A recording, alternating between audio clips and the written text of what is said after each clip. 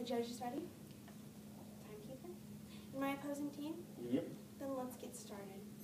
It seems to be that the main issues of today's debate round are what will make Israel a more self-reliant, self-sufficient nation, and what is the best way to go about doing this. And I will be showing you how the affirmative team's plan indeed will be making these problems worse, and the negative team's counterplan will actually be improving and effectively fixing this plan. First off, I'd like to bring up an analogy about a 35-year-old son living in your basement. Now, we'd like to, if you have your son living in your basement, you don't intend on letting him live in your basement for forever. Not if you want what's best for that son. Not if you want that son to be the most mature that he can be. But what decision would you make to help him to be self-reliant and mature? Will you help him get out on his own and make it easier to do so between now and the designated time that he is supposed to leave? Or continue allowing him to stay in the basement for forever and just changing the rules of the basement? Well, the first, of course. You would help him to get out on his own because you want what's best for that son, and you want that son to become more mature. And that is the best way to go about doing that. So we can see that our plan promotes self-reliance and maturity, while their plan continues Israel on our aid and only changes the basement rules by requiring them to spend all of their aid in the United States. Another example is Britain. Britain is self-reliant, right? And they're still our ally, right? But we don't give them aid on a year-to-year basis because they are self-reliant and they are capable of making it on their own. We are still friends with Britain, of course, and we would still help them in time of conflict, of course. However, they are a strong nation that doesn't need aid because they are mature and they are in a better status than Israel. And this is the kind of maturity we're trying to give to Israel in today's debate round as the negative team. Also, the quote that they brought up that said Netanyahu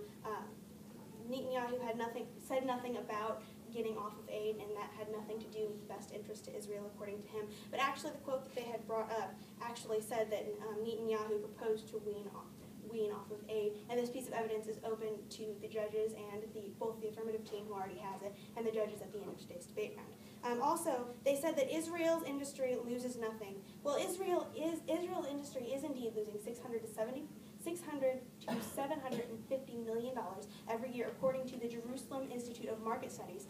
Not a Jewish market over in Israel. Jerusalem Institute of Market Studies, which is a very important economic think tank in Israel, that is Israel-based, was actually used by the government. They didn't bring up any evidence that actually countered this. They only used their own logic that this was just a study done in a market somewhere, whenever that is not the case. This is actually incredibly credible. Also, they brought up that this has nothing to do with Israeli military aid. This is all just economic aid. Well, here's a piece of evidence, which I found their argument very interesting, because here's a piece of evidence showing that all of our aid to Israel is 100% military aid.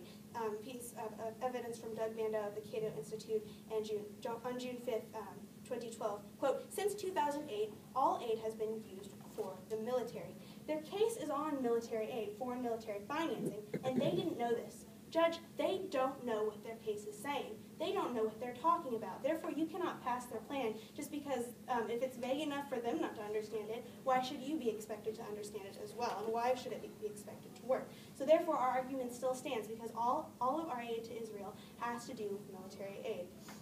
So, and also they said, it's already in writing that our aid ends in 2018. So what are we changing?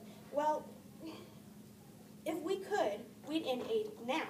But we like Israel. So they're our ally. We like Israel and we want them to succeed. So we're giving them, and because we want them to succeed and be a mature nation, we are giving them these 5 years between now and 2018, off of the restriction, free of the restriction to spend all of their money on United States products. This is not preventing them from purchasing U.S. products, excuse me. However, this is giving them the freedom to buy more effective products where they need it until the year of 2018. And how they're saying that now, given this plan, the United States industry will be losing $2.4 billion between now and 2018. Well, our negative plan promotes short-term loss, long-term gain. Because from now to then, our industry will be losing $2.4 billion. But after 2018, we will be gaining we will be able to keep the whole $3.1 that we are currently giving Israel. Plus, we are keeping our weapons, and we are not just giving people money to buy our weapons. They have to buy our weapons with our own money. Therefore, we keep the entire $3.1 billion instead of giving them $1 and requiring them to spend the dollar back on us. So, in summary, with our plan, Israel is self-reliant. With our plan, Israel will become more self-reliant and mature and be given the ability to be the strong nation that it can be. With their plan, they're still allowing the Israeli military to be reliant upon our military aid and be reliant upon us and not be the mature nation that it can be, and it wants to be, according to Netanyahu.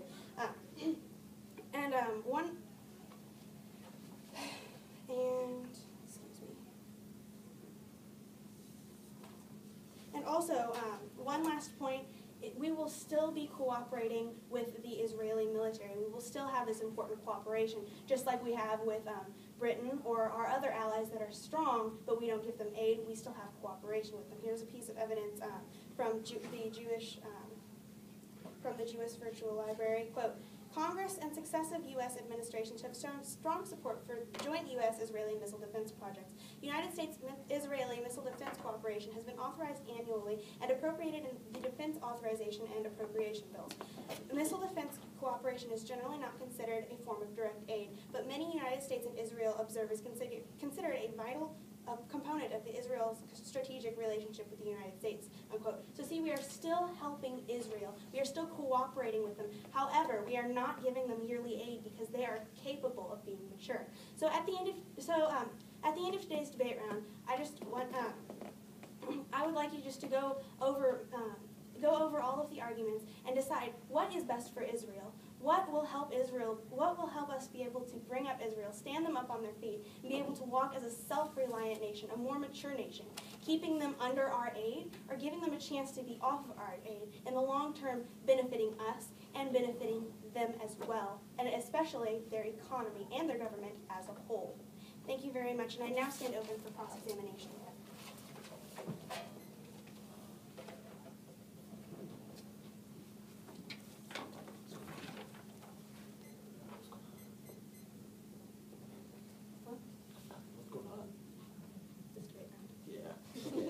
All right, the judges ready? And timer. And the negative team. Yes. Yeah. All right, first of all, my question is, how many programs does the negative team advocate being cut between the United States and Israel before Israel is considered to be a self-reliant nation? Can you rephrase that? I'm not quite understanding. Okay, basically, how many times do we have to say, Israel, we're going to stop giving you aid before the negative team considers Israel to be a self-reliant nation? Well, the kind of aid that you're talking about, we're proposing our counter plan to be completely ending the kind of aid that you're talking about. Okay. Actually. So it's just, as long as we cut out the Affirmative program, then Israel's self-reliant then? Is that your argument? It's definitely a better step in the right direction. Okay. And then the evidence that you brought up in your speech, you said that your evidence states military aid, right? Yes. All right. Did it ever say FMF aid? Well, I would like to think that foreign military financing has to do with No, I know, but did it specifically ever say FMF aid? Would you like that piece of evidence? Because I don't think you're quite understanding what I'm saying. No, I understand. Unless maybe I'm not understanding the question. Could you rephrase that? I got another question. All right, and then you brought up the example of England, how we don't really give them much aid anymore. Are you aware that Israel is surrounded by 4 hostile nations who are religiously and politically bound to, in essence, end their lives, and England is not? Yes, I'm quite aware. Well, not everyone likes England either. However, Israel having a better economy and a better military through being mature and still being within United States cooperation is the best plan. But they are surrounded by border contact. They are, but that's irrelevant according to maturity of Israel. Yes, yes.